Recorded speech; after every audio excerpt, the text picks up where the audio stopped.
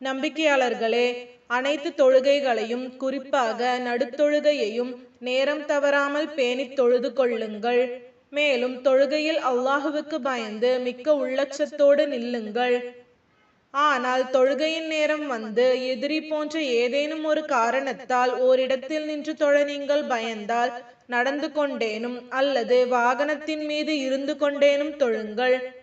தவிர உங்களுடைய பயம் நீங்கி நீங்கள் அச்சம் தீர்ந்தவர்களாகிவிட்டால் நீங்கள் தொழுகையை அறியாமலிருந்த சமயத்தில் அல்லாஹ் உங்களுக்கு தொழுகையை கற்றுக் கொடுத்தபடி தொழுது அல்லாஹுவை திக்ரு செய்யுங்கள்.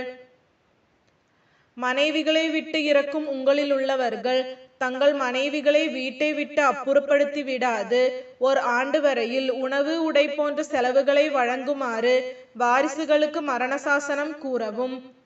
ஆனால் அவர்கள் தாமாகவே வெளியில் சென்று தங்களுக்கு முறைப்படி திருமணம் ஏதும் செய்து கொண்டால் அதனால் உங்கள் மீது குற்றமில்லை. அல்லாஹ் மிகைத்தவனும் நுண்ணறிவுடையவனுமாக இருக்கின்றான். தவிர தலாக்கு கூறப்பட்ட பெண்களுக்கு அவர்களுடைய இத்தாவின் தவணை வரையிலும் முறைப்படி கணவனுடைய சொத்திலிருந்தே பராமரிப்பு பெற தகுதியுண்டு. அவ்வாறு அவர்களை பராமரிப்பது இரையச்சமுடையவர்கள் மீது கடமையாகும். நீங்கள் அறிந்து கொள்வதற்காக தன்னுடைய வசனங்களை அல்லாஹ் உங்களுக்கு இவ்வாறு தெளிவாக விவரிக்கின்றான்.